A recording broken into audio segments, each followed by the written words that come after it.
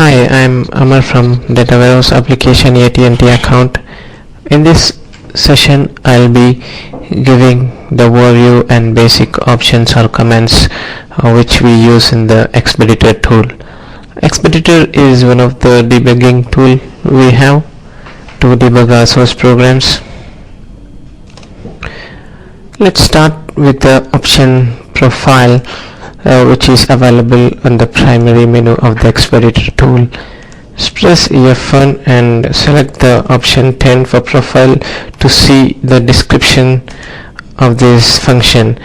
The information which we specify for debugging session is recorded in a user profile that can be used each time you want to execute the same test again. And each profile which we'll be saving contains the name of the program being debugged, the list of files and databases that must be allocated, and all the type of setup option which we use during the time. Press F3 to go back to the main menu of the Xpediter tool. So to create the new profile, you have to enter question mark and just press enter. It takes you to the profile main screen,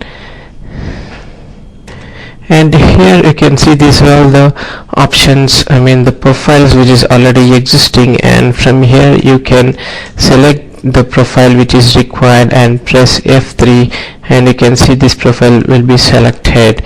If you want to create the new one, you can just type with the new profile name here. For example, if test1 is a new profile name, just type the word and press enter. It takes you to that profile main screen. You can enter here the description.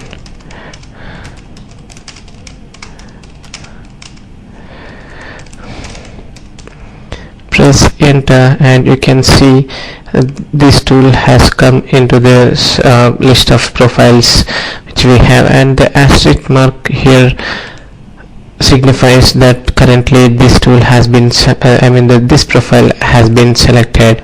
Here you can do all type of these line commands. For example, if you want to rename the existing profile, you can just type it R and here you can give the new name, and you can also change the description. You can also use D for delete and C to copy to the new profile name. Press F3 and you can see here this profile has been selected. So all the whatever the operations we do for the debugging a program will be saved into this current profile. So next time when you log in to the screen using this profile, you can just start debugging the program without rewriting all the commands or all the options.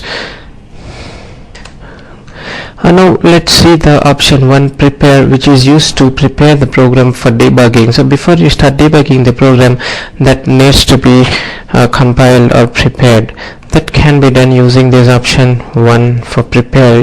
Type the option 1 and press enter. It takes you to the next screen wherein you can compile the JCL.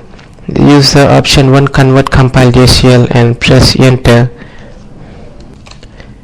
Here under the dataset name, you have to give the existing compile JCL if you already have it one. So for example, I have one of the compile JCL stored in this member and PDS, so that can be given directly over here.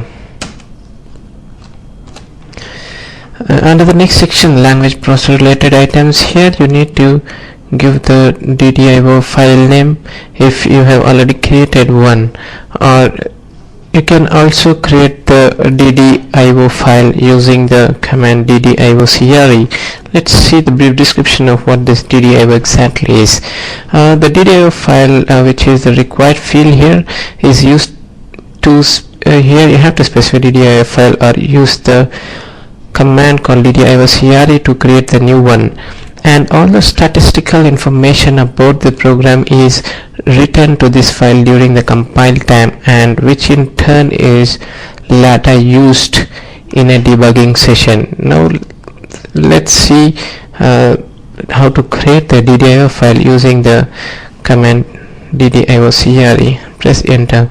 Here you can give the DDIO file name, and here you can have to give the preparation as batch, and the file type can be vism or sequential, and you can change these attributes if required, or just press enter.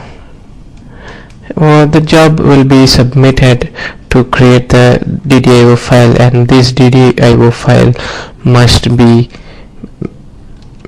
mentioned over here in the language process related items. After giving values for these two attributes, just press enter. And here you have to give the job code, otherwise the job will be getting errored out. So after entering the job code, just press enter.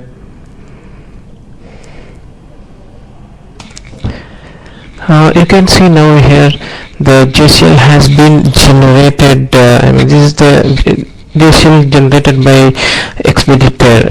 You can see the message here. The JCL has been modified to compile with Xpediter.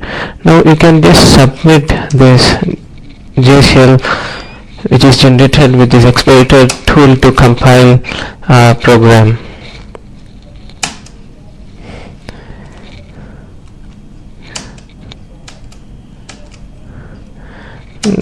Takes a while to compile a program. You can see the program ended with maxsc 0. maxsc 4. Press F3 to go back to the main screen of the Xpediter. Now we have prepared the program for debugging, and now we're using the option put here, so we need to start debugging our program after specifying few options.